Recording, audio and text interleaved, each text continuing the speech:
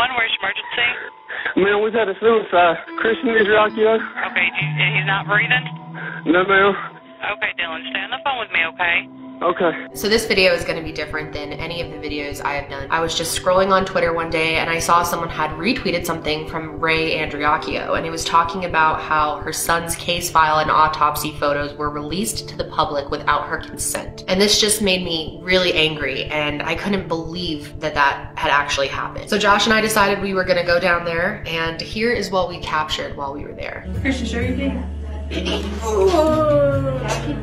was just a typical rambunctious boy. He and Josh were very close because we lived out in the country up until we moved here about 9 years ago, and so they didn't really have anybody else to play with. And this is his girlfriend Avery when he was here. That's Avery. My daughter brought him home to us. Yeah. And they dated for about 5 years. Pretty much he was just family. He went everywhere with us and he was just our family. He went on vacations with them and she went on vacations with us. We loved Avery. And Christian was a hard worker, I've heard. Yeah, he'd put his hands on anything. It was actually 17 he was talking about getting on the tugboat. He went out there and he liked it. It's not as hard as everybody makes it out to be. For the most part, it's just getting used to being gone for 30 days and the weird work schedule. His work ethic helped him move up pretty quickly. And he was a mate before he was even, 21, which is pretty much unheard of. He was definitely proud about what he had done and what he had accomplished. It takes a certain kind of person to work out there. Spending 9 months on a boat out of the year, and the other 3 months are the only months you get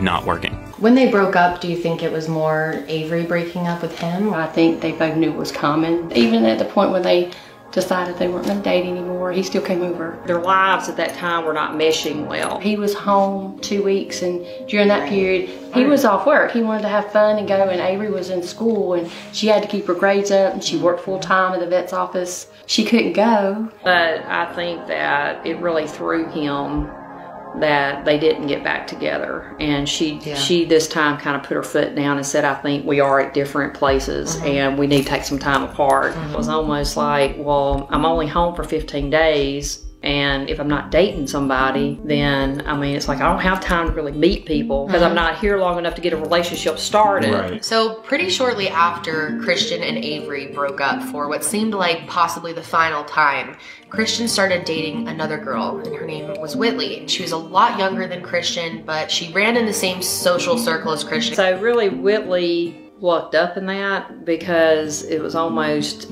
to her advantage that they could get into this relationship very quickly. She seemed fine. I think she put on a good front. People started asking me, like, is Christian dating Whitley? And then they start telling me the stories because I had no idea who she was. Whitley was always into something. She was always into trouble, had an anklet on because they were making her come to school, so she had to wear that. But one huge incident that happened when Whitley was staying there was when she actually gave their youngest daughter, Alexa, and then left her in the basement, and her parents found her like all zonked out, and they decided at that point it was time for Whitley to leave the house. And when they kicked Whitley out, Christian was really upset. And right around this time, Christian's older brother Josh was going through a divorce and had an empty room in his apartment that he needed a roommate to fill. So he asked Christian if he wanted to move in, and so he and Whitley, who tagged along with him, ended up going to the apartment. Was planning on going to see Rihanna and Eminem. We didn't have tickets. That was our last conversation, actually. I had called him on my way to work, and he was like, let me check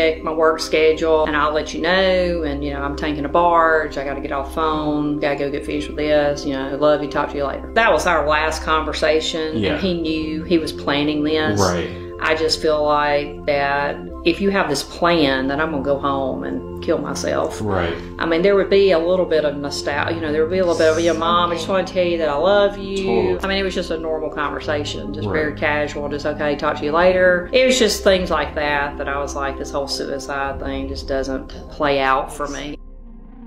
911, where's your emergency? Ma'am, we've had a suicide. You have a suicide? Yes, ma'am. Alright, who is it, sir? Christian Andreacchio. He's laying across the bathroom tub, and he's got blood everywhere. Okay. What's your name? Dylan. I think he shot himself. Okay, who's that in the background? That's his girlfriend. What's her name? Whitley.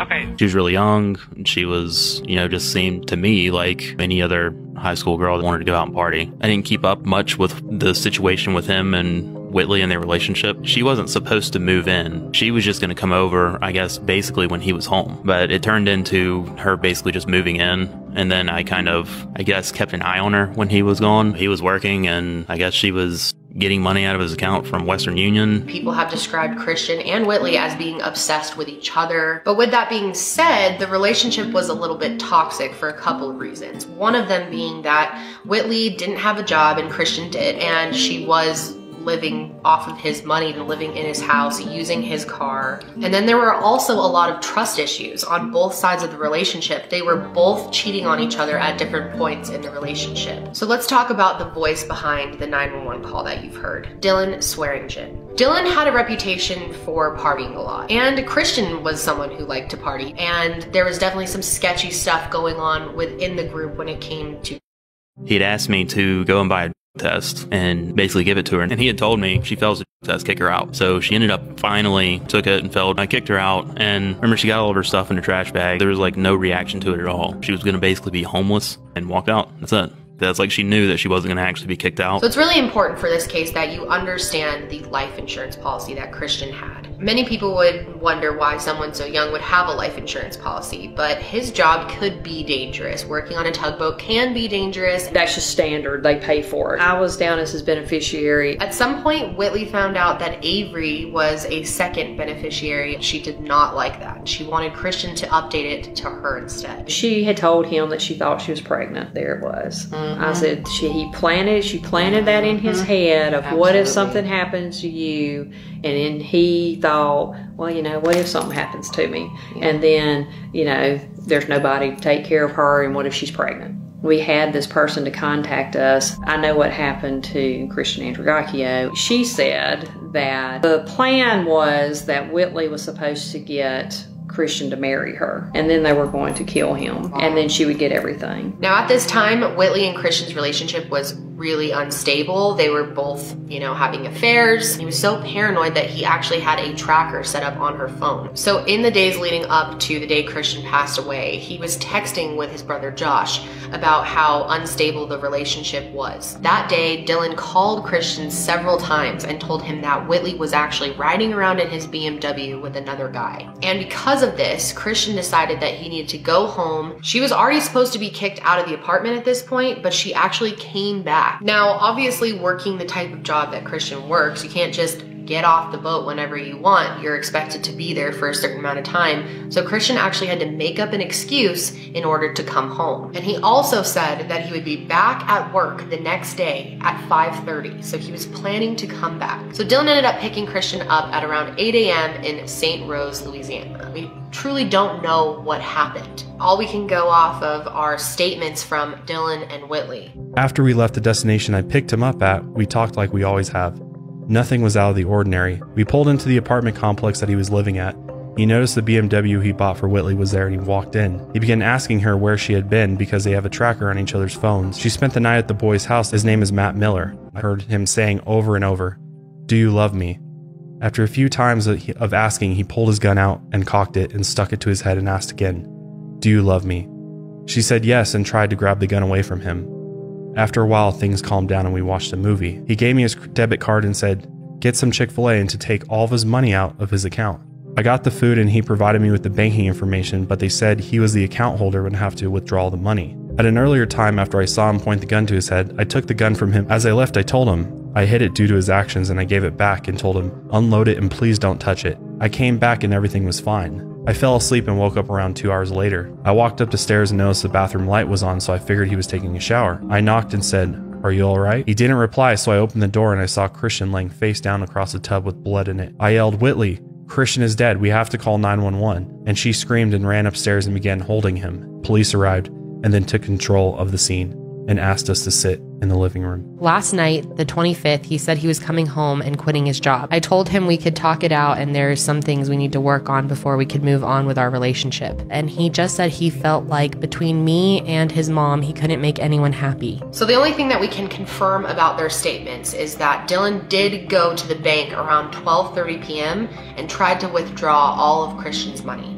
And then at 1:06 p.m., he actually did go to Chick-fil-A. There is a confirmation of that from a receipt that was found in the apartment. So at 4:45 p.m., Dylan called 911. When the officer arrived at the scene, Whitley was really upset. She was crying downstairs. The EMTs and another detective arrived at 5:08 p.m. And then the coroner arrived at 5:25 p.m. And at this point, they actually found a decocked gun, which is very interesting in a suicide to find. Christian was found slumped over the bathtub with his arms and legs out of the tub, and the gun was found wedged between the bathtub and his left thigh, which is very confusing because if you shoot yourself, you're not going to be able to function enough to put the gun anywhere. It would have just fallen down. And Christian was right-handed, and this was the left side. So this is the first of many inconsistencies. At this point, Dylan and Whitley were taken to the police station for some questioning. I said, well, you need to get his phone and you need to get the keys from Whitley because Whitley is going to try and take his car. So we go back down to the police station and I walk in there and I said, look, we need that cell phone. I said, They know who had the phone. He asked her, she said, no. He said, okay. So he comes back and he hands me the keys. He said, Chris, she doesn't know where the cell phone's at. I said, dude, these kids nowadays, they don't go anywhere without that cell phone. Right. So Detective Thompson goes back, ma'am, you're not going to be able to leave until we find the cell phone. And she reaches down in her purse and hands it to Detective Thompson and says, oh, well, here it is. You would think that that right there would have said, whoa, wait a minute. Why would you be lying about something that simple? And then after that, I mean, I'm sure it's just your typical, you know, what a parent goes through. I remember going in the closet for some reason and just, you know, just crying, for a long time. You just don't really think it's real. What did you think about when they told you that he had committed suicide? Did you believe that? No, you know, but you know, when the cops tell you something like that, you take the word. You know, you kind of, something in the back of your mind says you got to believe this because this, you know, this is police. I mean, I never thought it was suicide. So shortly after this, the coroner determined that the cause of death was a gunshot wound to the head. And they determined that his time of death was 3:45. But the cause of death was ruled as undetermined. But then the following day, the medical examiner actually did his autopsy on Christian and determined his death as a suicide. So obviously the police ruled this as suicide extremely quickly, and they didn't do any type of real investigation. There were so many inconsistencies and missed evidence at the actual crime scene. It's just insane. Police asked Whitley if Christian had ever talked about hurting himself, and she said, I don't think so. Then they asked her, did you shoot Christian? And she said no. And then she admitted to being on at the time and sleeping through the gunshots, not hearing anything. The police tested Whitley and Dylan for gunshot residue on their hands, and they both tested positively for it. However, Whitley told police that she was going to test positive before they even tested her. She said, I went out and shot some guns with friends last night just out into the woods, and we cannot determine whether or not it actually happened. Now, there were inconsistencies in Whitley's statements across the board because she was actually telling friends that when the gunshot went off, she actually did hear it and she woke up and quickly ran upstairs and saw him. But that's not what she said to police. And according to people around her, she acted completely fine after Christian had passed away, which is really odd when this is someone who she claimed was the love of her life. So the next 2 weeks were obviously horrible for the family. They went through the funeral and everything, and then 2 weeks after Christian passed away, Josh ended up having to be the one to go back into the apartment and clean the crime scene. If you notice, Josh is not on video in this series, and that's because it's too painful for him to talk about these things on camera. It's just so much that he went through. Honestly, cannot imagine having to walk into that scene. When I stepped in, it didn't look right in the first place. Not for what I was being told happened. I told myself I feel like I need to take pictures of this because they're saying this happened and it's not what it looks like happened. Found the shirt stuff behind the toilet that was covered in blood and dog hair and dirt and all this other stuff that was clearly used to wipe something up. I found 2 knives, one that, you know, I thought looked like it had blood on it to me, and gave it to MBI and turned all this stuff in, and there's no mention of it in any reports. There's no nothing. The phone that they gave us was locked, and asked them, can y'all break this? I said, yeah. The guy called me and said, Chris, you probably don't want to read these messages. So these text messages are extremely difficult to read. They definitely make you think twice about everything, but I think it's extremely important to remember that you cannot prove that someone committed suicide just by text messages that they had written previously. So I don't think that those text messages prove anything, but they definitely make you think twice about the whole situation. This is an older phone, and back in the earlier versions of the iPhone, you could go in and jailbreak it and change messages and stuff. I didn't know that you could go in and that you could change dates and all on the phones and change the messages and stuff like that. Now what's really interesting about that is Dylan actually knew how to jailbreak phones. He kind of was this tech whiz, and he would do it for people, including Josh and Christian. The Andreacchio started requesting the case file pretty much right away. I mean, they thought something was off. They did not think this was a suicide from the beginning, and they wanted the case file to look through, but they were never given it. No matter what they did, they were always denied. Then one day, the case file actually was just released online in a downloadable file that anyone could access online. To me, it was just the worst thing you can do to a parent. When a parent loses a child, their world stops. It is the closest thing to experiencing your own death while still living and breathing.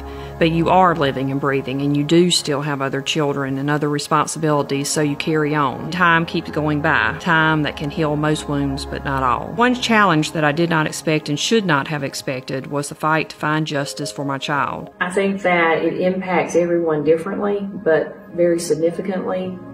In our case, because of the way we lost Christian, his death has had a lot of impact on the whole family. I think that when you live in a community that is as divided as our community over Christian's death, that when you come home and you can't come home to a sanctuary and you're looking at people who pass you and say, whose side are they on? What do they know? What have they been told? And you don't trust anyone, and it's very difficult to live in that environment. We've then become victims of cyberbullying, of text messages that accuse us of things, trying to spin and mislead people about our character and about our motives. The release of the case file in the manner that it was released, it was very hurtful. It was something that I will never get over. It's something that my grandchildren will be able to pull up and Google Christian's name and see things that they should never see.